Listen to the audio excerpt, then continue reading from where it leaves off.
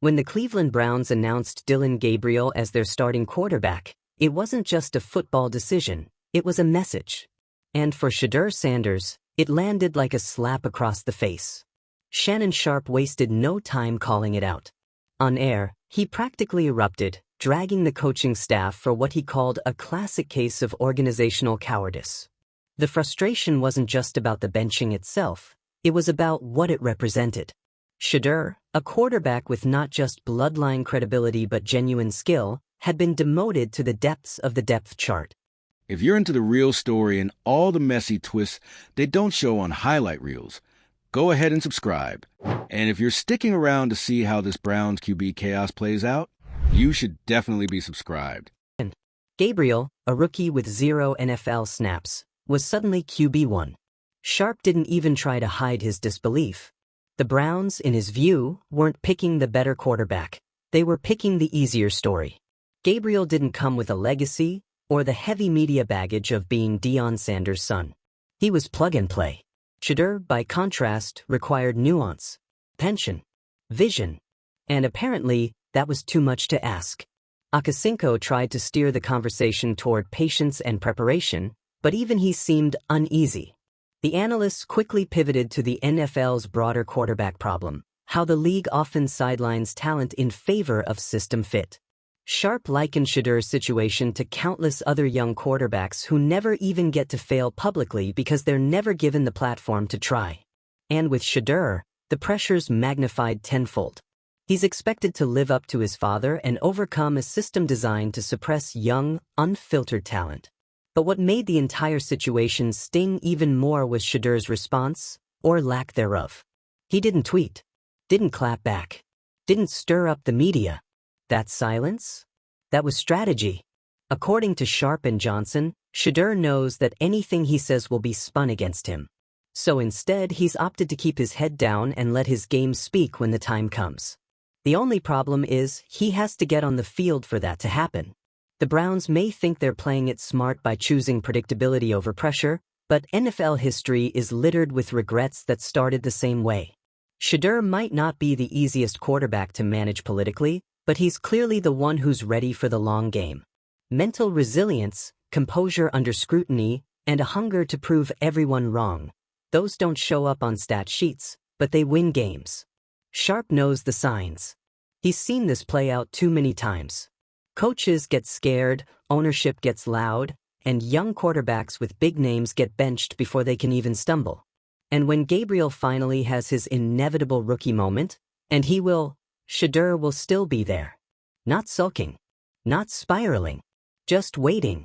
Because the Browns didn't just bench a quarterback. They might have just benched their future. Shannon Sharpe didn't mince words, he rarely does, but this time felt different. This wasn't just a hot take or some clip made to go viral. This was a straight-up dismantling of the Cleveland Browns quarterback decision, and the subtext was crystal clear. The benching of Shedeur Sanders isn't about football. It's about everything but football. And that's the problem. You've got Shedeur Sanders, arguably one of the most composed, focused, and media-savvy young quarterbacks in the game, being buried on the depth chart at QB3. Not just sitting behind a vet, which would be one thing, but sitting behind a rookie. Dillon Gabriel. A guy who hasn't even played a single NFL snap. And somehow he gets the start while Shedeur watches from the sideline like a redshirt freshman? Sharpe couldn't hide his frustration. Neither could Chad Johnson. Because when you really break this down, it's not just about one player, it's about a systemic issue that keeps repeating in the NFL. Talent getting sidelined in favor of narrative control, organizational comfort, and media optics. And Shedeur? He's smack in the middle of all of it. Let's start with the weight of that last name, Sanders. In any other sport, being the son of a legend might give you an edge.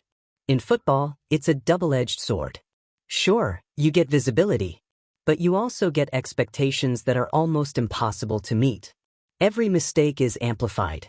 Every good play is treated like bare minimum. You don't just have to play well, you have to be perfect. That's what Sharpe kept circling back to. Shedeur is playing with a level of pressure that most young quarterbacks never experience. His father is one of the most iconic figures in football history. His college career was followed like a reality series.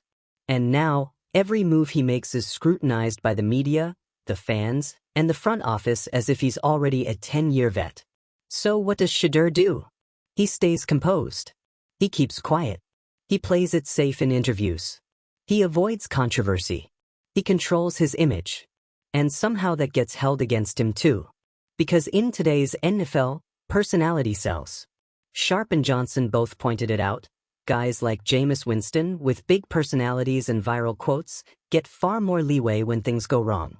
But someone like Shedeur, who's reserved, calculated, and almost too polished, suddenly he's not ready. Too quiet. Hard to read. It's a trap. A narrative trap. And Shedeur is caught in it.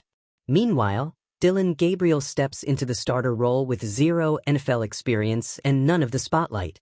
That's not a knock on Gabriel. Sharpe made that clear. This isn't about tearing Gabriel down.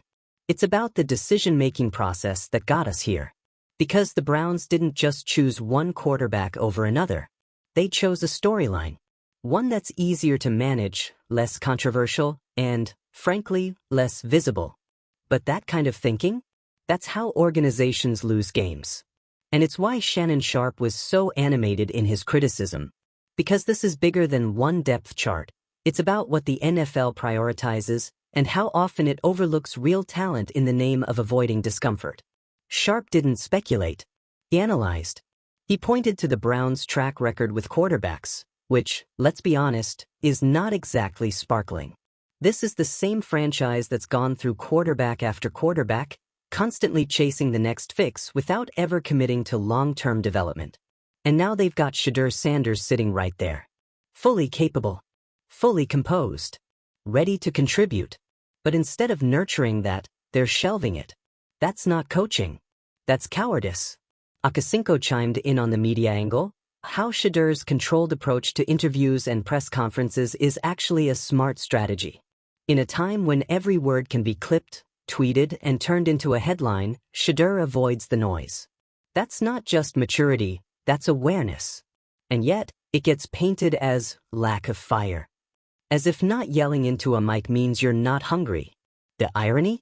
Shedeur's silence says more than most players' soundbites. And here's what makes this whole thing even more frustrating. Shedeur isn't being judged on performance, because he hasn't even been given the chance to perform. This isn't about throwing picks in practice or blowing preseason snaps. He hasn't had the opportunity. And until he does, the doubt around him will fester, not because it's earned, but because it's been allowed to grow unchecked. Sharpe and Johnson agreed. Readiness is the name of the game now. If Shedeur wants a future in the league, he can't just be good. He has to be great the moment he steps in. Because he won't get multiple chances. This isn't a development arc. It's a pressure cooker. He has to seize that moment. One shot. That's all he gets. That's all the league will give him. And the Browns? They've made it clear that they're not preparing for that moment. They're avoiding it. But here's what's going to happen. Dillon Gabriel is going to have growing pains. Because that's what rookies do. He's going to make mistakes, and the media will call it development. He'll throw a pick, and it'll be chalked up to learning the system. But the clock will start ticking. And the louder the fans get, the more the pressure builds, and eventually someone in that front office will start looking toward the bench. Toward Shedeur. Toward the quarterback they've been ignoring. That moment? That's the one Shedeur has to own. Because if he doesn't, it's back to the shadows. But if he does? If he plays with the poise and confidence we've already seen from him? The whole script flips. Suddenly the Browns go from critics to cheerleaders. The same media that questioned him starts calling it a redemption story. And the front office starts pretending they were just being patient. That's the cycle. And that's what Sharpe was trying to expose. Because it shouldn't take a public outcry for a player to get a fair shot. It shouldn't take failure at the top of the depth chart for someone like Shedeur to finally be considered. He should be in the conversation now. He's earned it through preparation, composure, and mental toughness, all things the NFL claims to value. But when it's time to actually reward that, silence.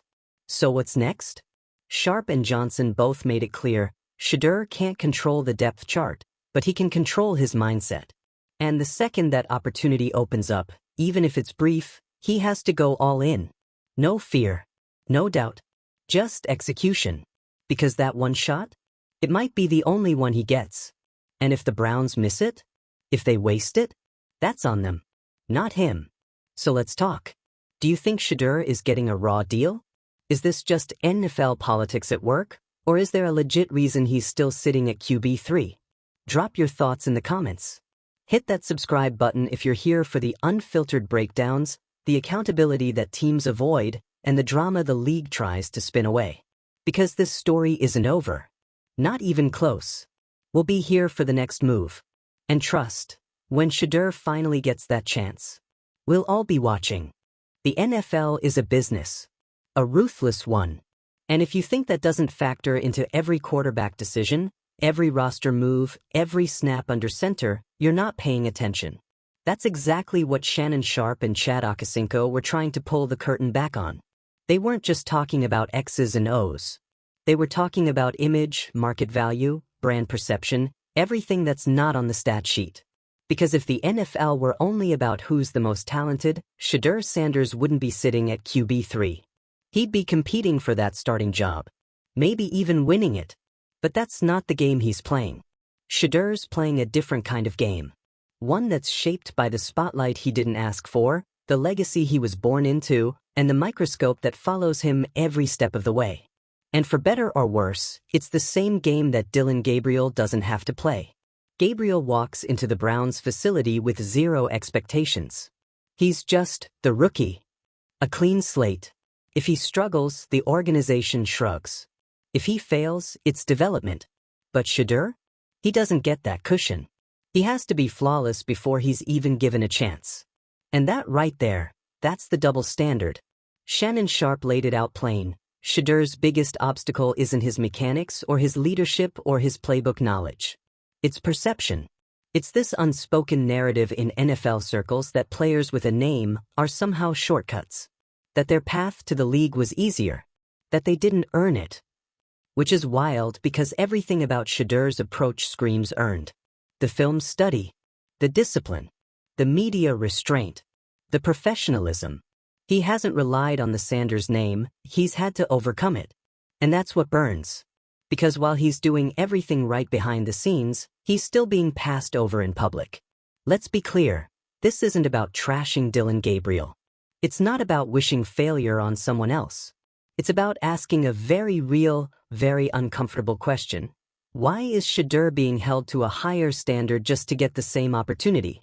Chad Johnson brought up something key, how the league loves personalities, but only on its terms. Be loud, be flashy, be marketable, as long as the league controls the narrative.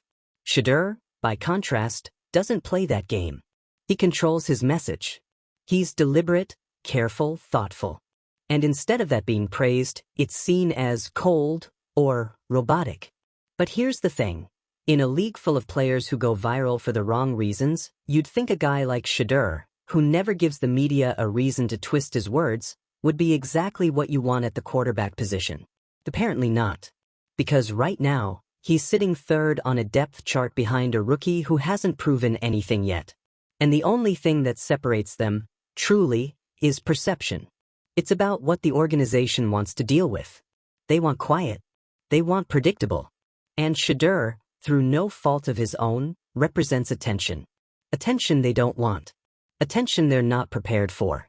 And so they stash him on the bench and call it development. Let's call it what it really is, avoidance. The Browns are trying to sidestep the inevitable. Because the moment they put Shedeur on that field, the entire narrative shifts. And they're not ready to answer for that. But they will have to. Eventually. Because this league? It doesn't let you hide behind decisions forever. At some point, performance becomes the only thing that matters. And when Dillon Gabriel struggles, which, again, is not a knock, it's just the reality for most rookies, the pressure will mount. Fans will start asking. Media will start digging. And the spotlight the Browns have been trying to avoid will find its way right back to Shedeur. And that's when things get real. Because once Shedeur does get the chance, and that day is coming, there won't be any more excuses. The only thing left will be results. And if he performs? If he rises to that moment the way Sharpe and Akasinko believe he can, the Browns are going to have a massive PR problem on their hands. Because you can't bury that. You can't spin it. If Shedeur comes in and proves he's been ready, the narrative flips. The patience you bragged about starts looking like negligence. The strategic benching starts looking like fear. And the developmental decision becomes a stain on your credibility. Sharpe has seen it too many times before. Talent mismanaged. Careers derailed not because of ability, but because of ego, insecurity, and front office indecision. And the worst part? The players pay the price. Not the coaches. Not the GMs. The players. The ones who stay ready. The ones who grind. The ones who wait.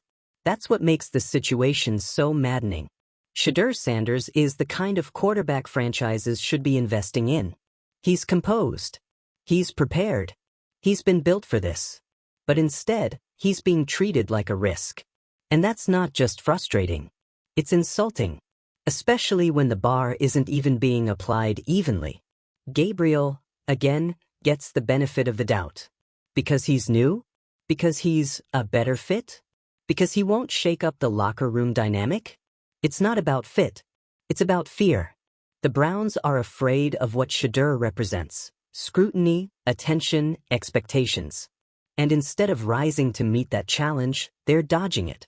But here's the problem with avoidance: it doesn't last. At some point, the team's record will force a decision. At some point, Gabriel will hit the wall every rookie hits.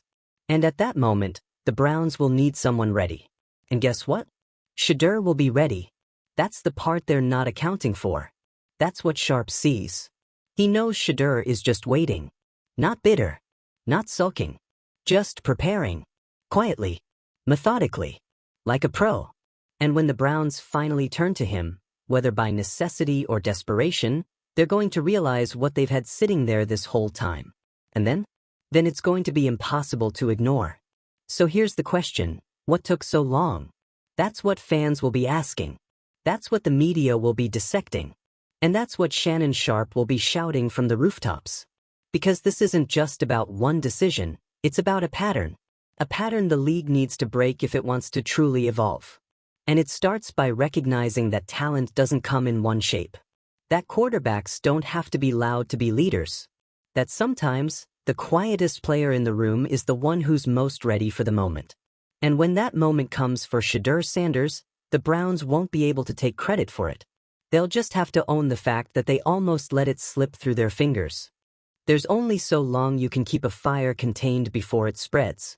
And right now, Shedeur Sanders is that fire the Browns are trying to smother, quietly, methodically, almost like they think if they just wait long enough, the media, the fans, and Shannon Sharpe himself will forget. But nobody's forgetting. Because this isn't some fifth-round camp body. This is Shedeur Sanders. And no matter how much the Browns try to minimize it, the fact remains: you don't stash a player like that at QB3 without the world asking why. And Shannon Sharpe? He's not just asking. He's demanding answers. Because the more you look at it, the more this starts to feel like something deeper than football. This is about the NFL's obsession with comfort, with predictability, with players who fit cleanly into pre-approved narratives. And Shedeur Sanders? He doesn't fit neatly into anything. He's not the underdog. He's not the golden boy. He's not the loudmouth. He's not the media darling. He's calm. He's strategic. He's built for this moment. But that very readiness is being used against him. That's the part that stings. That's the part Sharpe and Akasinko couldn't stop circling back to.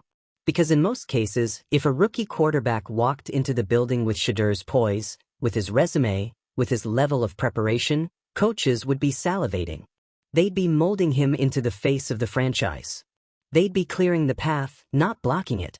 But here, they're sitting him, waiting, hoping they don't have to use him unless they're absolutely forced to. That tells you everything. It tells you the decision isn't about performance. It's not about leadership. It's not even about skill set. It's about control. Controlling the narrative. Controlling the spotlight. Controlling the brand. And the Browns clearly think Shedeur is too hot to handle. Too much attention. Too many questions. Too much legacy. So instead of embracing it, they run from it. They go with the safer option. The more manageable storyline. Dillon Gabriel, rookie, low profile, clean slate. And again, this isn't about Gabriel. This is about what that choice represents. It's a move that says, we don't want to deal with the pressure. Not we believe in this guy more, but we're not ready for what comes with the other one. That's weak. Full stop. Because NFL teams should want pressure. Pressure means relevance. Pressure means expectations. Pressure means talent. What you don't want is irrelevance. And right now, the Browns are on a fast track to irrelevance if they think they can keep Shedeur Sanders buried behind the scenes while they fumble around with safe decisions. And Sharpe made it clear, this isn't sustainable. At some point, the Gabriel experiment is going to run into a wall. Whether it's poor performance, an injury, or just flat-out inconsistency, the call will come. Next man up. And that's when Shedeur steps in. But here's the problem. Because of how the Browns have handled this, that moment now carries unrealistic expectations. Because they've made Shedeur wait. And wait. And wait. So now, when he does finally get the nod, he has to be perfect. Not good. Not solid. Perfect. No leeway. No growing pains. Just pressure. That's the corner they've backed him into. And he knows it. Which is why Sharpe's frustration was so raw. Because you can only ask a player to stay patient for so long. You can only delay an opportunity for so many weeks, so many games, before it starts feeling personal. Before it starts looking like sabotage dressed up as strategy. And when Shedeur finally plays, and plays well, it's going to be undeniable. There will be no walking it back. No, well, we always believed in him. No, we just needed to wait for the right time. Because the right time was probably week 1. Or week 2. Or training camp. The right time was every time they said no. And when he does prove it, on the field, in front of cameras, in real time, it's not just going to vindicate him. It's going to expose the people who kept him out. The coaches. The decision makers. The ones who thought they could manage their way around talent. But you can't manage your way around greatness. You can't PR spin a quarterback who outperforms the guy you picked over him. You can only own the mistake. Or double down on it and look foolish. So what's it going to be, Cleveland? Keep playing it safe and hoping the problem resolves itself? Or face the music, admit you made it about politics instead of performance, and give Shedeur his shot? That's the decision hanging over this team right now. And Sharpe's not letting them forget it. We're not letting them forget it. So tell us, was Shedeur robbed of a fair shot? Is this just the NFL being the NFL? Or is this the Browns once again showing why they can't get out of their own way? Drop your take in the comments. Hit that subscribe button if you're here for the unfiltered truth behind the headlines, and stay tuned. Because this story is far from over. And when Shedeur finally steps on that field, you better believe we'll be watching. Receipts ready.